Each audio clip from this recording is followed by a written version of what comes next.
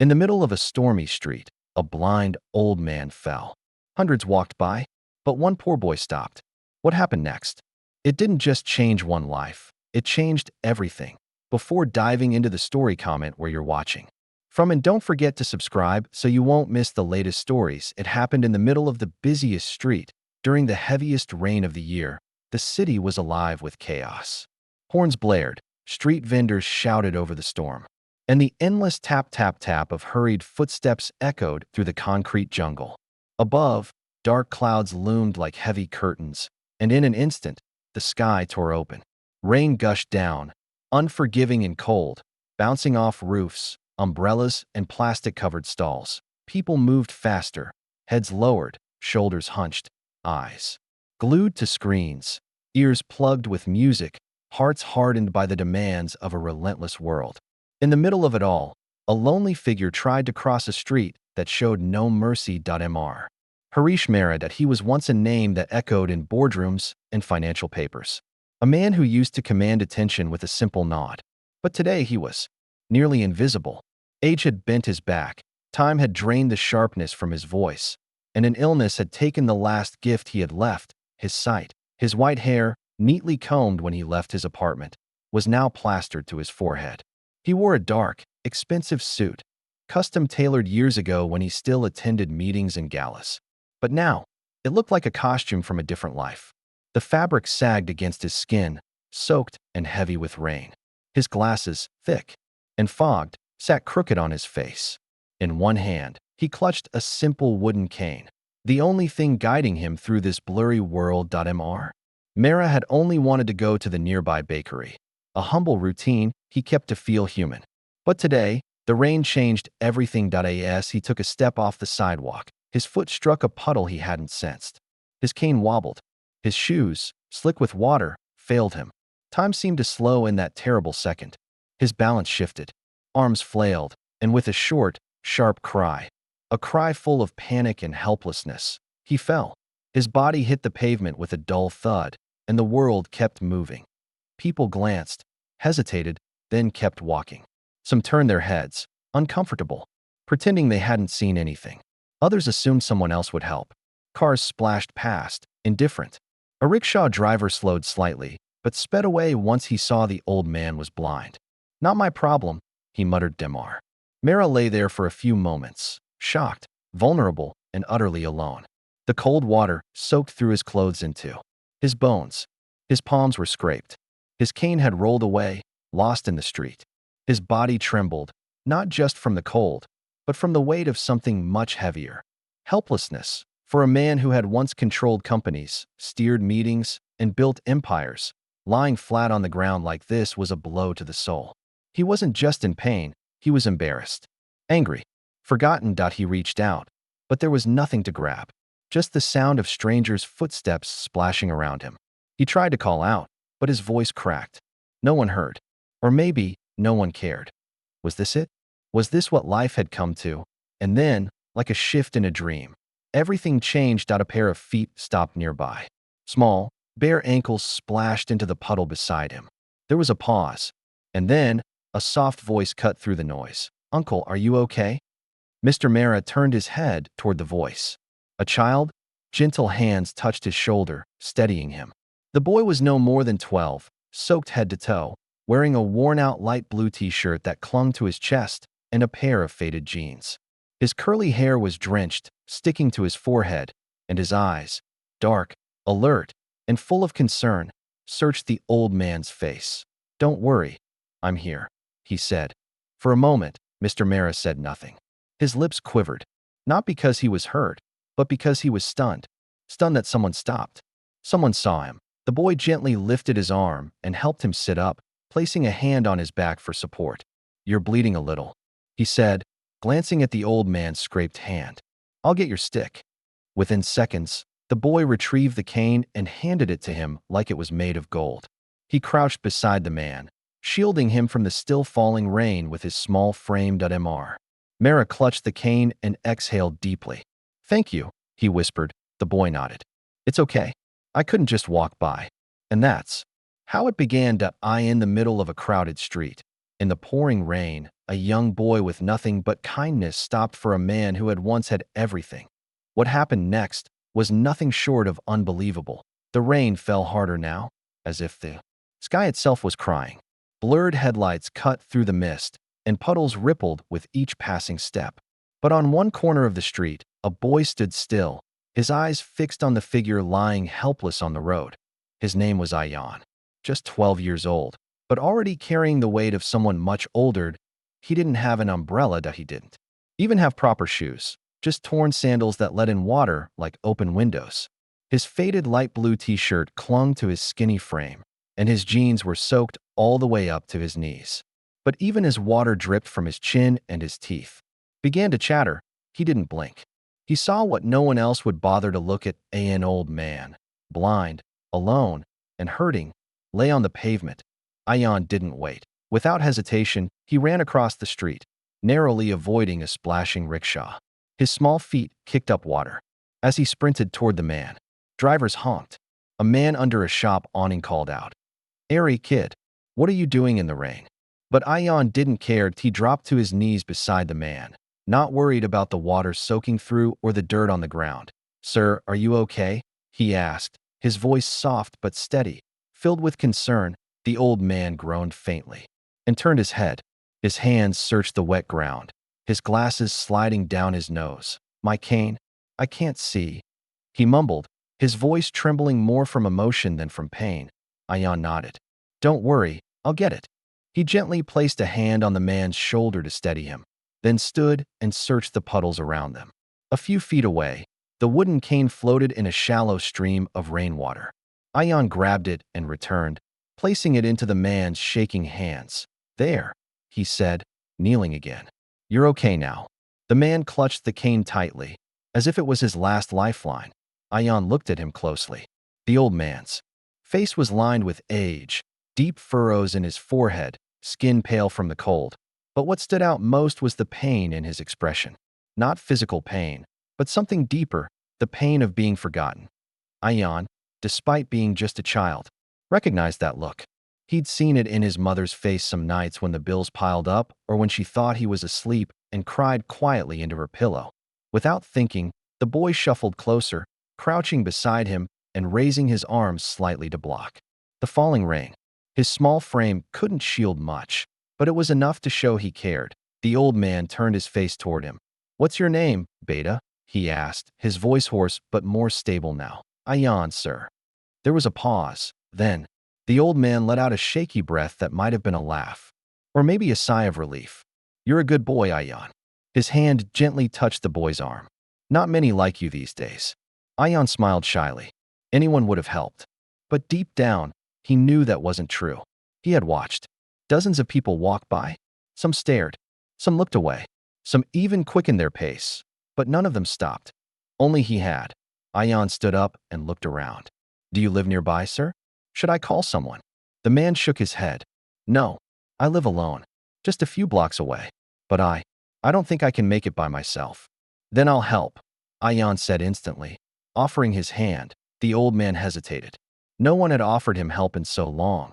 It almost felt foreign. But he took the boy's hand, and with a grunt, pulled himself slowly to his feet. His knees trembled beneath him, and he leaned heavily on both his cane and Ayan. Together, they started walking, slowly, carefully, step by step. The boy guided him, speaking gently at each curb or bump. People stared as they passed, a poor child, helping a well-dressed old man. Some smiled. Most just moved on. But for Mr. Mera, each step felt like a return to humanity. It wasn't just about walking home. It was about remembering what kindness felt like. The rain continued to fall, but neither of them noticed anymore, because in that moment, in a world that so often moved too fast, one boy had stopped, not out of duty, not for praise, but simply because it was the right thing to do. And that changed everything. The rain hadn't stopped completely, but it had softened to a gentle drizzle, as if the sky itself was tired from crying. Under a flickering street lamp, Ayan guided Mr. Mera to a nearby bench, nestled beside a small tea stall that had already shut its doors for the day. The old man sat down slowly, his knees sore, his body heavy, and his heart full of strange emotions he hadn't felt in years. Ion stood for a moment, unsure whether to leave or stay. Sit, Beta, Mr. Mara said, patting the wet bench beside him. Without hesitation, Ion sat down. He didn't care that his clothes were wet, or that he'd be scolded at home for staying out so long. Something told him that this moment mattered more than any punishment that might come. They sat there, two strangers, one rich, one poor, one old, one young, brought together by the rain. "Do you live far from here?" Mr. Mara asked, trying to keep his voice steady. "Not too far. Just across the railway bridge, in the old chawl behind the temple," Ion replied. "I live with my mom." Mr. Mara turned slightly toward the boy. "And your father?" Ion looked down, twisting his fingers. "He left when I was small. My mother works at a garment factory. She sews shirts, sometimes for big brands. But the pay is small. Still, we manage." There was no bitterness in his voice, just truth. The old man was quiet for a moment. This child, so young, with so little, carried himself with such grace. He didn't complain. He didn't ask for anything. He just helped, because it was right. That it hit Mr. Mara hard. In his years of wealth, he had been surrounded by people. Assistants, drivers, business partners, even friends. But now, after losing his eyesight, his business, and most of those relationships, not one of those people had stood by him. Not one had come by to check on him. Not one had helped when he fell. But a boy, a stranger, had, for the first time in a very long time, Mr. Mara felt something stir in his chest. Not pain, not sorrow. Hope. He cleared his throat. "Ion, would you help me get home?" Ion stood up and smiled. "Of course, sir. Lean on me." And just like that, the two of them began their slow walk down the city streets. Mr. Mara held Ion's hand, his cane tapping gently with each step. The rain tapped softly on the rooftops above, the streetlights casting long, glowing shadows. Across the puddles, people stared as they passed, some curious, some confused, but neither of them noticed. For Ion, it was simple. You help someone in need. That's what his mother had always told him. Even if you have little, you can still give kindness. And for Mr. Mara, it was humbling. The city he once ruled as a businessman now felt like a stranger. But walking beside this boy, hand in hand, he didn't feel so lost anymore. That it took nearly half an hour to reach Mr. Mara's apartment, a modest first-floor flat tucked behind a quiet market lane. Nothing like the mansion he had once owned. Life had humbled him in more ways than he could count. Ion helped him unlock the door, guided him inside, and turned on the lights. The room was clean, but bare. A few books lined the shelf, a walking stick rested near the door, and a kettle sat untouched on the counter. "You should change your clothes, sir," Ion said, concerned. "You'll catch a cold." Mr. Mara smiled faintly. "You sound like my doctor." Ion poured him a glass of water and placed it on the table. "Will you be okay now?" he asked. "I think I will," Mr. Mara replied quietly. Ion turned to leave, but just before he reached the door, Mr. Mara's voice stopped him. "Wait." He reached into the small drawer beside the couch and pulled out a plain white card. He handed it to Ion. It had a name, a number. "Take this," he said. "If you ever need help, for anything, call me. Day or night." Ion looked at the card and nodded politely. "Thank you, sir," he said, folding the card carefully into his pocket. And then, with one last look back and a small smile, he stepped out into the rain, disappearing into the mist like a hero no one noticed. But he didn't call, not that night, not the next day, not even the next week, because Ion wasn't the kind of boy who asked for help. He was the kind who gave it, even when he had nothing to spare. What neither of them knew was that their story had only just begun. Weeks passed since the rainy day that had quietly changed two lives. Life for Ion returned to its usual rhythm: school, helping his mother, running errands, and doing homework by candlelight when the power cut out. Though he often thought of Mr. Mara, he never called. He didn't believe in taking favors. He had simply done what he hoped someone would do for his own mother if she ever fell in the street. Then came a Sunday morning unlike any other. The air was crisp, the streets unusually quiet, and Ion had just finished sweeping the small front area of their chawl when a knock came at the door. Firm and unexpected, Ion's mother, wearing her simple cotton sari and fixing her dupatta, opened it cautiously. Standing there was a sharply dressed man in a navy blue suit. polished shoes shining even in the dust of the narrow lane. Behind him, an elegant black car idled with a driver waiting patiently. The suited man gave a polite nod. "I'm here on behalf of Mr. Harish Mehra," he said. "He would like to meet Ayan." Ayan peeked from behind the door, confused. "Me?" "Yes, young man. He's been asking for you."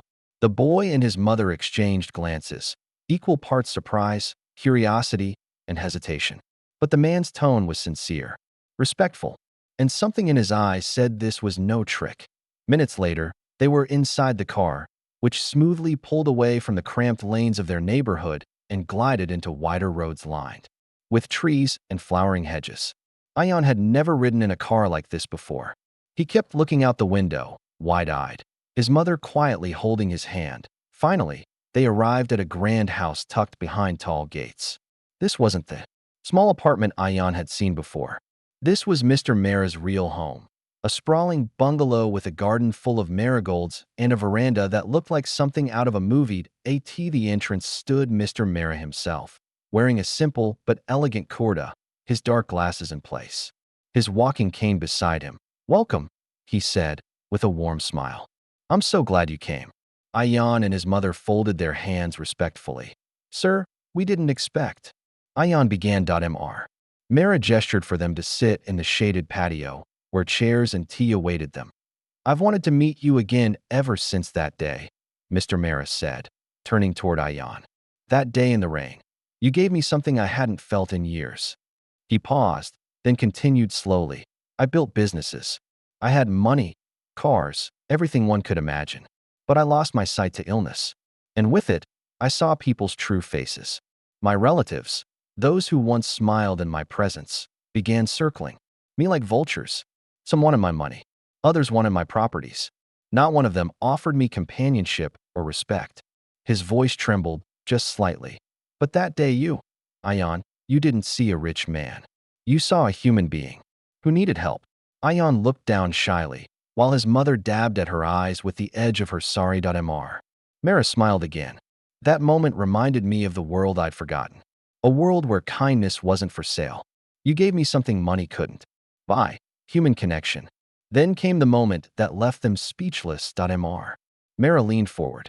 "I want to give something back, not because I owe you, but because you inspired me." He looked toward Ayan.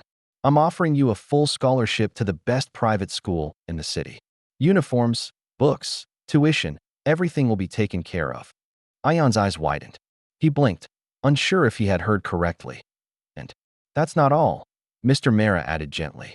"I want to mentor you, guide you, support you like the grandson I never had." Ayan's mother gasped. Her hand flew to her mouth. Her voice trembled as she whispered, "Sir, we could never repay you." "Don't have to," Mr. Mehra said with a smile. "This is not charity. This is recognition of goodness, of integrity, of a heart that saw beyond appearances." The garden was silent for a moment. Only the chirping of birds and the rustle of leaves filled the air. And then, tears welled in Ayan's mother's eyes, tears of pride, of gratitude, of disbelief. She had always told Ayan that kindness mattered, that doing the right thing counted, even when no one noticed. And now, the world had noticed. Mr. Mehra reached out and gently placed his hand over Ayan's. "You changed my life that day. Let me be part of yours."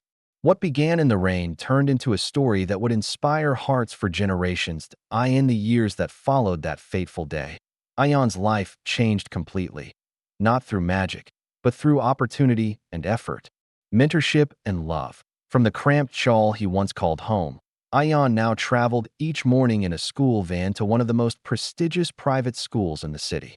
The campus was unlike anything he had ever seen. Clean hallways, smart uniforms, science labs, libraries, and a playground bigger than the street he grew up on. But Ayan didn't let it go to his head. He remembered his roots. Every evening after school, instead of rushing home to play, Ayan would stop by Mr. Mehra's house. There, the two would sit together, sometimes over tea, sometimes in quiet conversation, and Mr. Mehra would teach him the lessons that schools didn't offer. "Business is not about profit," he once told Ayan, holding his hand gently. "It's about people. Earn hearts, and wealth will follow." Ion soaked in every word. He learned how to read balance sheets, how to communicate with integrity, how to build trust. But more than anything, he learned compassion, the kind that isn't taught in textbooks but is lived through example. Over time, Mr. Mara's health began to fade. Age and illness caught up with him. But unlike the years before Ion came into his life, he wasn't alone anymore. Ion was there, by his side at doctor visits, reading him the newspaper, celebrating his small joys, and comforting him on the hard days. They had become family, not by blood, but by bond. Even Ion's mother became a regular part of Mr. Mara's household. She helped manage the home, cooked for him, and often sat with him in the evenings, talking about everything from village life to her favorite old movies. It was the kind of peace Mr. Mara had never known, not in boardrooms or luxury hotels, but in the presence of genuine human warmth. And then, one quiet morning, Mr. Mara passed away, peacefully in his sleep, with a soft smile on his face. The city's newspapers ran small obituaries. Most people had already forgotten the once famous tycoon. But what came next shocked everyone. When Mr. Mara's will was opened, relatives arrived, expecting shares of wealth, properties, and control over what remained of his empire. Instead, they found a truth none of them were prepared for. Ion's name was written across the final pages. Mara had left a significant portion of his wealth to the boy who once knelt beside him in the rain.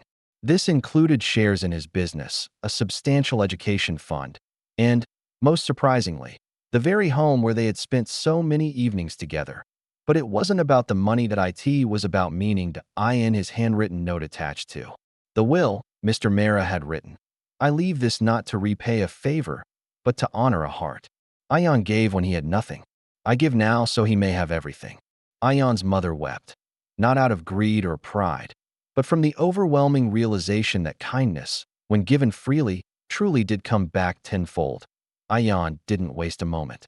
He continued his education, pursued business, and eventually took a leadership role in Mr. Mara's company, not just as a figurehead, but as a visionary. Under Ion's leadership, the company grew, but more importantly, so did its values. He started scholarship programs for underprivileged kids. He set up free health camps for the elderly. He introduced workplace policies that respected people, not just profits. Despite his success, Ion never forgot the rain, the fall, or the feeling of holding a stranger's trembling hand. He often said, during public talks, it all began with one moment of compassion. One rainy day, one boy who chose to see someone that the world ignored. Today, his story is told in classrooms, shared in motivational speeches, and remembered by every person who believes in the power of empathy. Because Ion wasn't born into wealth or legacy, he created his own legacy, not through inheritance, but through character. And Mr. Mara's true wealth wasn't measured in money. It was measured in that one decision to trust, believe in, and uplift a young boy who gave without asking. A life forever changed. A heart forever remembered.